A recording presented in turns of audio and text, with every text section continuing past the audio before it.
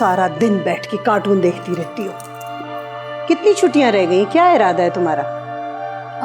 बीजी 1 महीने बाद रिजल्ट है। महीने बाद? तो कोई घर गृहस्थी सीख लो, कुछ खाना पकाना, कोई किचन का काम। घरदारी? अरे 18 साल तुम्हारी उम्र हो गई है, 1-2 साल में रिश्ते आने शुरू हो जाएंगे। ये सीखना बहुत जरूरी है। क्या करोगी दूसरे घर जाके? बीजी आपको तो पता है मुझे किचन के कामों से कितनी नफरत है। वैसे भी मुझे बिल्कुल अच्छा नहीं लगता कि कोई मुझसे बहस करे। अच्छी तरह जानती हूँ मैं तुम्हें बड़ा लाड प्यार से पाला है, लेकिन बहस मुझे बिल्कुल पसंद नहीं। आयशा, बीजान बिल्कुल ठीक कह रही है। अब तुम बच्ची नहीं रही हो, तुम्हारी उम्र कार्टून देखने की नहीं रही। चलो मेरे साथ किचन में, मैं तुम्हें बताती हूँ कि प्याज किस तरह कटती है और साग किस तरह बनता है। चलो। सादिया, तुम अच्छी तरह जानती हो मुझे अपनी बातों में इंटरफेरेंस बिल्कुल पसंद नहीं है। आयशा घरदारी जरूर सीखेगी, खाना पकाना भी, लेकिन ये तुम लोगों से आलू टमाटर प्याज और ये साग इस किस्म की चीजें नहीं सीखेगी। मैं चाहती हूँ कि ये इटालियन, फ्रेंच, चाइनीज खाना सीखे, बल्कि नेमत से कहूंगी कि कोई शेफ ढूंढे ताकि वो सब इसको ये सिखाए। जी बीजान।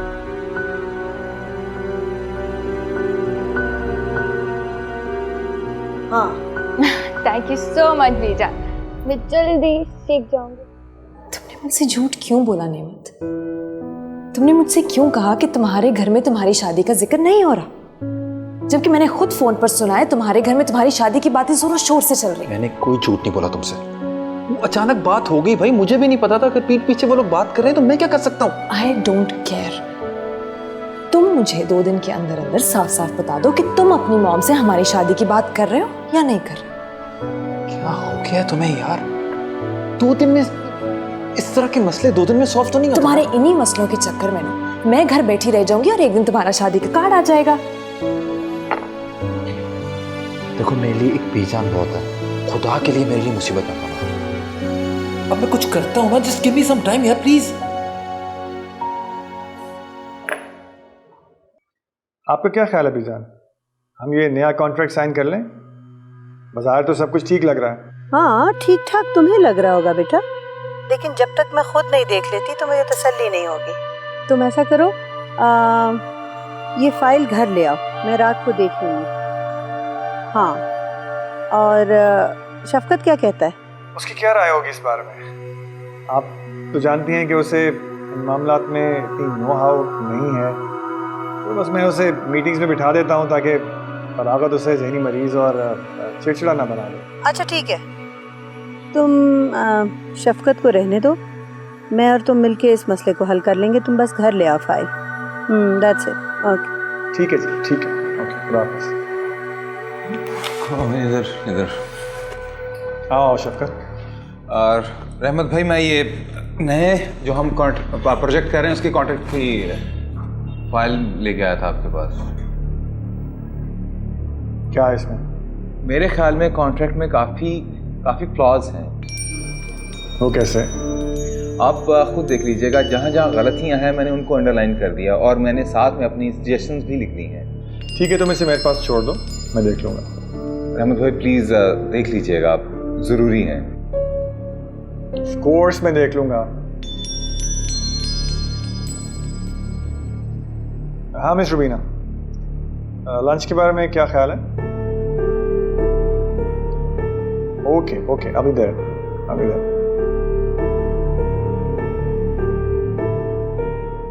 तुमने मुझसे झूठ क्यों बोला नेमत? तुमने मुझसे क्यों कहा कि तुम्हारे घर में तुम्हारी शादी का जिक्र नहीं हो रहा, जबकि मैंने खुद फोन पर सुना है तुम्हारे घर में तुम्हारी शादी की बातें जोरों शोर से चल रही हैं। तुम मुझे 2 दिन के अंदर अंदर साफ साफ बता दो कि तुम अपनी मॉम से हमारी शादी की बात कर रहे हो या नहीं कर रहे। टन टन, ये लीजिए और टेस्ट करें। ये क्या है भाई? ये है French salad. French salad? Exactly. Ayesha भाभी और कुलसुम भाभी को तो वो मूली गाजर वाला सलाद आता है, किसने बनाया? मैंने बनाया है। तुमने कहाँ से सीखी भाई? बस सीख रही हूँ कहीं से। और वैसे भी अब घर में आपको वो मेन्यू में सरसों का साग, कीमा, करेले, गाजर का हलवा सब खाने को नहीं मिलेगा। अब कभी बनेगा इटालियन तो कभी चाइनीज, कभी पेस्ट्रीज और केक भी बेक करके खिलाऊंगी। हाँ भाई, ये रात रात तुम्हें कुकिंग का शौक कहाँ से चढ़ गया? ये ख्याल मुझे नहीं बल्कि बीजान को आया है। उन्हें पता नहीं कहाँ से ये ख्याल आ गया कि मैं एक लड़की हूँ और जवान हो गई हूँ। और आपको तो पता है कि बीजान इस मामले में कितनी सख्त है। लड़की को कुछ आए ना आए, घरदारी आनी चाहिए। अब भाभियों को ही देख लें, उनमें कुछ गुण हो ही या ना हो, घरदारी तो उन्हें खूब आती है।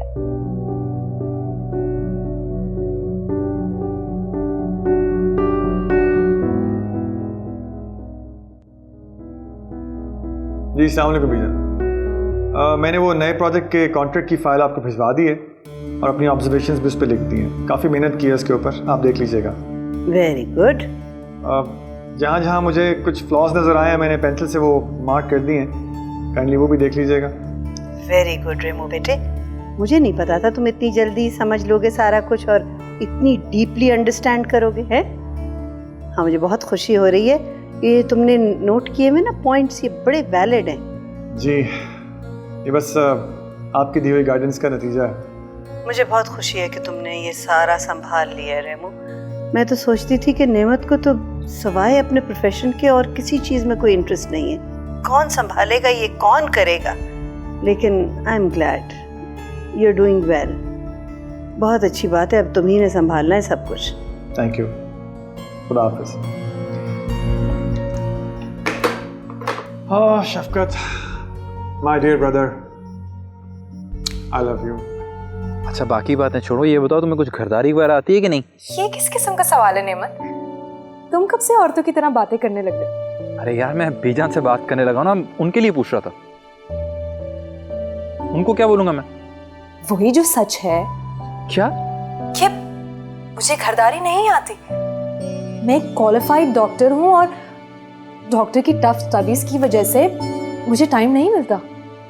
यार ये बात मैं बीजान को नहीं बता सकता। तुम अब पढ़ाई से फारिग हो गई हो ना, तो कुछ कुकिंग वगैरह सीख लो। व्हाट डू यू मीन कि स्टडीज से फारिग हो चुकी हो? अभी मेरी जॉब शुरू हुई है, मैं ये सब नहीं कर सकती और घरदारी सीखना कोई एक दिन का काम नहीं है। तुमने मुझसे कहा था कि तुम एक हफ्ते में बीजान से बात करोगे। यार मेरी बीजान के नजदीक लड़की आम हो या खास, उसे घरदारी आनी चाहिए। तुम मेरी खातिर थोड़ी बहुत कुकिंग नहीं सीख सकती? नेमत, तुमने मुझे पहले तो कभी ऐसी कोई शर्त नहीं बताई थी। अच्छा यार तुम इसकी फिक्र मत करो, मैं भेज रहा हूँ ना। और वैसे भी उन्होंने कौन सा आते साथ ही तुम्हारा किचन में टेस्ट ले लेना। तुम मेरी खातिर इतना नहीं कर सकती यार प्लीज। मैं तुम्हारे बारे में बीजान से कोई झूठ नहीं बोलना चाहता।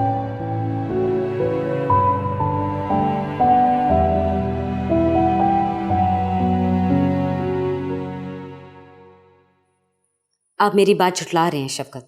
मैं आपसे कह रही हूँ, ये बात लिख लीजिए, कुछ अरसे बाद इस घर में हमारी हैसियत नौकरों से भी बदतर होगी। तो क्या चाह रही हो तुम? बीजान के सामने मैं बगावत करूं? हैसियत है मेरी, उनकी मर्जी, वो हमें एक टका भी ना दें और खड़े खड़े इस घर से निकाल। इस माजूर वजूद के साथ मैं तुम दोनों को लेके कहां धक्के खाता फिरूं? मैं आपसे ये नहीं कह रही शफकत क्या बगावत करें या बीजान के साथ किसी किस्म की कोई बदतमीजी। मैं सिर्फ ये कह रही हूँ कि अपनी इस माजूरी को खुद पे हावी ना होने दें। आप जो काम करते हैं उसका क्रेडिट दूसरों को ना ले जाने दें। रहमत भाई की तरह आप भी अपनी कारकर्दगी को बीजान के सामने जाहिर करें, नंबर बढ़ाएं अपने। हम इस घर में रहते हैं ये भी पता चलना चाहिए। मुझे तो लगता है इस घर में सिर्फ नेमत, रहमत भाई और आयजा राज कर रहे हैं। मेरा किसी के साथ कोई मुकाबला नहीं है सर। जो हमारे नसीब में होगा वो हमें मिल जाए। मुझे किसी भी किस्म की जल्दबाजी नहीं करनी। बस देखो बेटा, मैं रिवायती वालिदैन की तरह तुम्हारी पसंद नापसंद के आगे मुखालफत की दीवार नहीं खड़ी करना चाहती, क्योंकि मैं जानती हूँ इंसान अपनी पसंद और दिल के मामले में बेख्तियार होता है। लेकिन बेटा, मैं तुम्हें जज्बातियत से हट के सोच समझ कर फैसला करने का मशवरा दूंगी। मम्मा,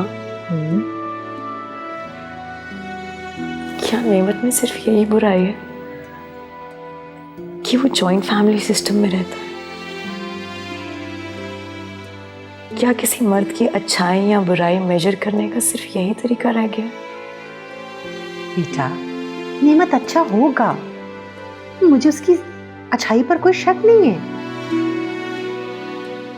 लेकिन बेटा जिंदगी सिर्फ मर्द के साथ नहीं, उसकी फैमिली के साथ भी गुजारनी पड़ती है। अब देखो ना, मेरी मिसाल तुम्हारे सामने, मैंने अपने शौहर के साथ जिंदगी की कोई खुशी नहीं देखी। कितना मुश्किल वक्त गुजारा है मैंने। स्कूल में पढ़ाती थी, घर जाने से पहले घर का सारा काम करती थी, 12 लोगों का नाश्ता बनाती थी। जब तक ये हारी वापस लौटती तो फिर से हांडी चूल्हा करने खड़ी हो जाती थी। लेकिन इतना सब कुछ करने के बाद भी मुझे क्या हासिल हुआ? तुम्हारी दादी की माथे की पल कम हुई। मैं घर वालों के दिलों में अपनी कोई जगह बना सकी। लेकिन मम्मा, चूल्हा हांडी तो घर की हर औरत करती है ना, चाहे वो अमीर हो या गरीब। मम्मा, नेमत बहुत अमीर है, वो लोग हमसे कई गुना अमीर है मम्मा। लेकिन उनके घर का एक रूल है कि वहां की बहुएं खाना बनाती हैं बस।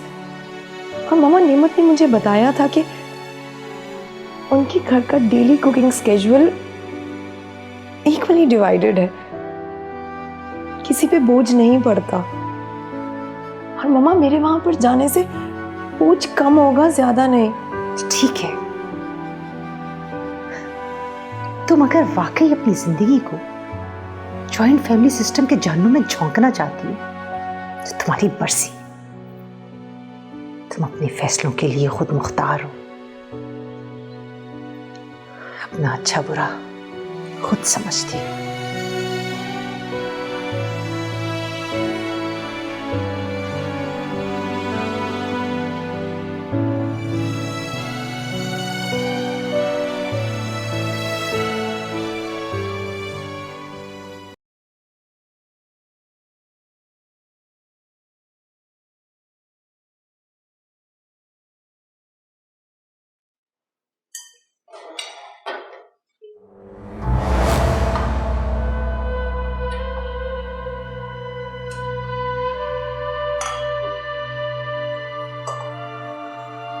असद की पढ़ाई कैसी जा रही है? जी बीजी, वो एक्चुअली बीजी, पढ़ाई तो अच्छी है वहाँ की, लेकिन स्कूल इतना अच्छा नहीं है।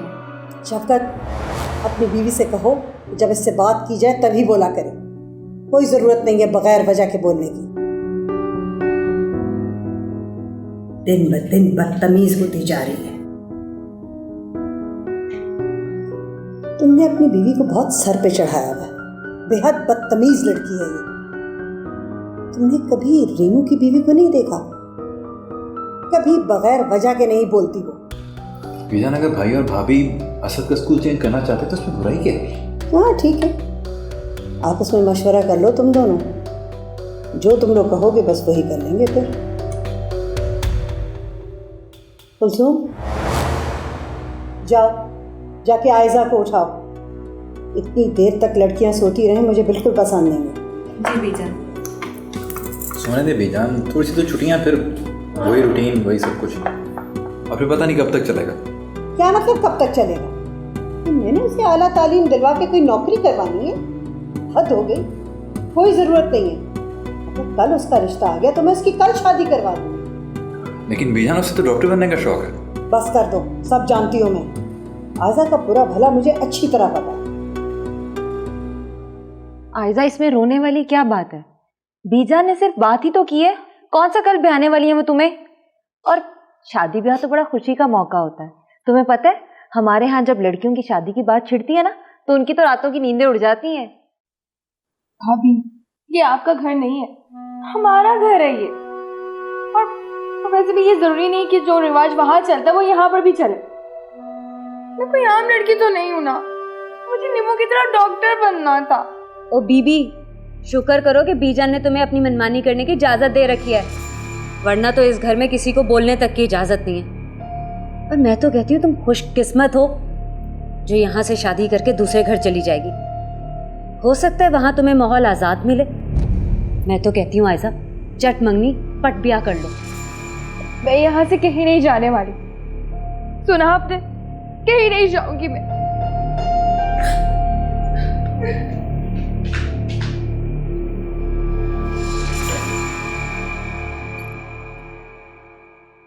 ये सब मेरे लाड प्यार और ढील का नतीजा है। मैंने नेमत को बहुत ढील दी। बड़ा लाडला है ना वो मेरा। हाँ। लेकिन इसका बहुत बुरा असर होगा बाकी बच्चों पे। मुझे इतनी डील नहीं देनी चाहिए थी इसे। मुझे चाहिए इससे पहले इस खानदान पे कोई असर पड़े और बाकियों में ये शबाहत नजर आनी शुरू हो, मैं इसको यहीं रोक दूं। मेरा कसूर है।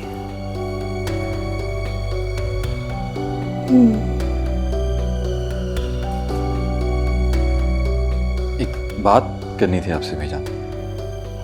बोलो।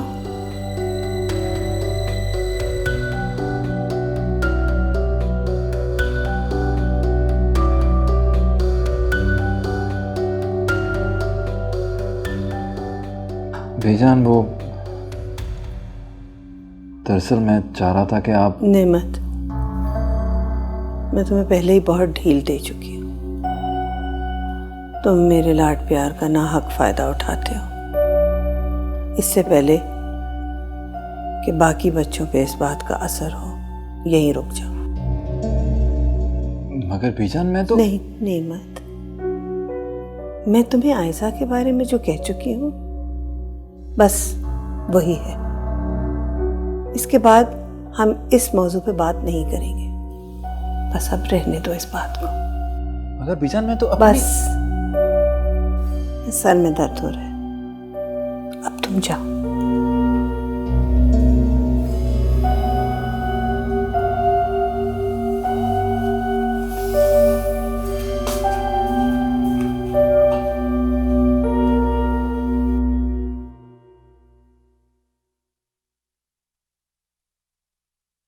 तुम कल बीजान से बात करने के लिए उनके कमरे में गए, लेकिन बात किए बगैर ही वापस आ गए। तुम इस इशू को सीरियसली नहीं ले रहे हो ना नेमत? सीरियस ले रहा हूँ, इसलिए इतना मुहतात होकर काम कर रहा हूँ। इसमें मोहतात होने वाली कौन सी बात है नेमत?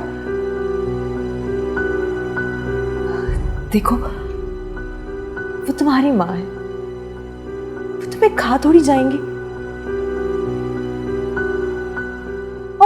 ज्यादा से ज्यादा उन्हें कोई एतराज होगा ना। देखो नेमत, हम मिलके उनका एतराज, उनके खदशात दूर कर देंगे ना। बात एतराज की नहीं है यार। मैंने तुम्हें बताया ना, बीजान का मुंह ठीक नहीं था। अब इस तरह मैं उनसे बात करता तो उनका मूड और खराब हो जाता। और एक बार बीजान किसी बात से ना करते ना, उनको मनाना नामुमकिन है।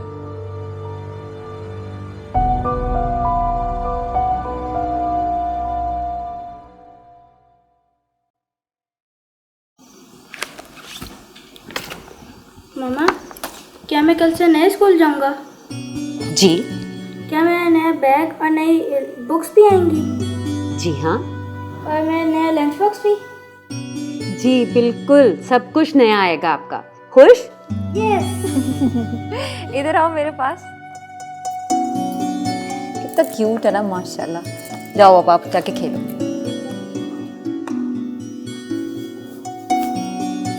वैसे सादिया, इसका पुराना स्कूल भी कम नहीं था, फिर तुमने स्कूल बदलने की बात क्यों की?